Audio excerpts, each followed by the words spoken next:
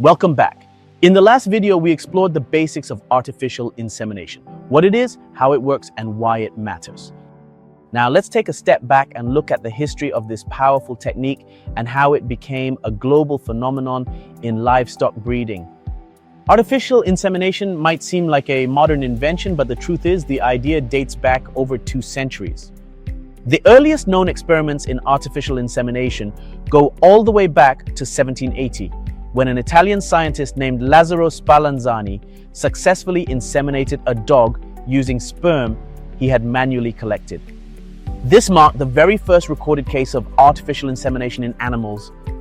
But it wasn't until the early 1900s that artificial insemination began gaining traction in livestock, particularly in dairy cattle.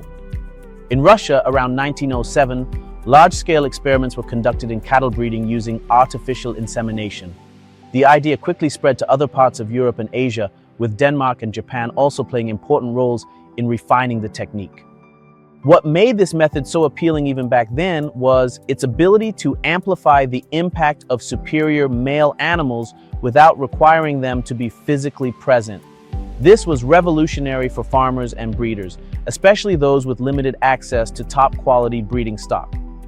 By the 1930s and 1940s, artificial insemination centers began appearing across Europe. Semen collection and preservation techniques were improving. Liquid nitrogen tanks were introduced in the 1950s, making it possible to store and transport frozen semen over long distances. That changed everything. Suddenly, genetics from a bull in the United States could be used to improve herds in East Africa, South Asia, or South America. Now, fast forward to today, and we find that artificial insemination has become a standard practice in many parts of the world, particularly in dairy cattle industries in the United States, Canada, and Europe, pig farming in China and Southeast Asia, sheep and goat production in Australia and New Zealand. And increasingly, in developing countries where agricultural development programs are supporting genetic improvement. Let's look at a few specific examples. In India, artificial insemination has been a cornerstone of the National Dairy Development Board's efforts since the 1970s. It played a major role in what's known as the White Revolution, helping India become the world's largest milk producer. In Brazil, artificial insemination is widely used in beef cattle, particularly with breeds like Nelore and Angus. Genetic improvement programs supported by AI have turned Brazil into one of the world's leading beef exporters. Closer to home, here in Africa, countries like Kenya, Nigeria, Ethiopia, and South Africa are expanding the use of artificial insemination, not only to improve genetics, but also to promote disease resistance, increase milk yields, and reduce the need to import expensive foreign breeds. But it hasn't always been smooth sailing.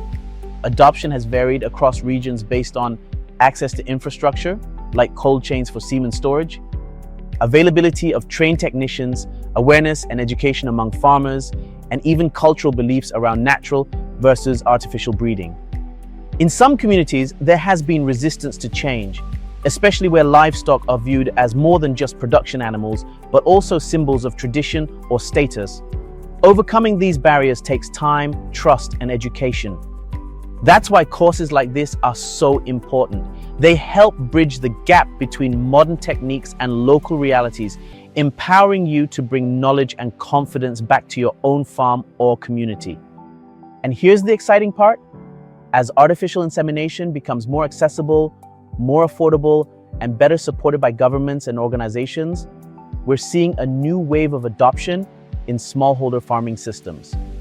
This is helping farmers not only improve animal productivity, but also build resilience, increase income, and enhance food security.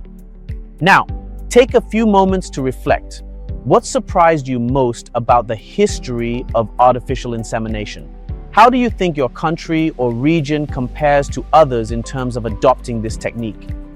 What cultural or practical barriers might exist in your community, and how could they be addressed? In the next video, we'll zoom in on the benefits of artificial insemination for livestock improvement.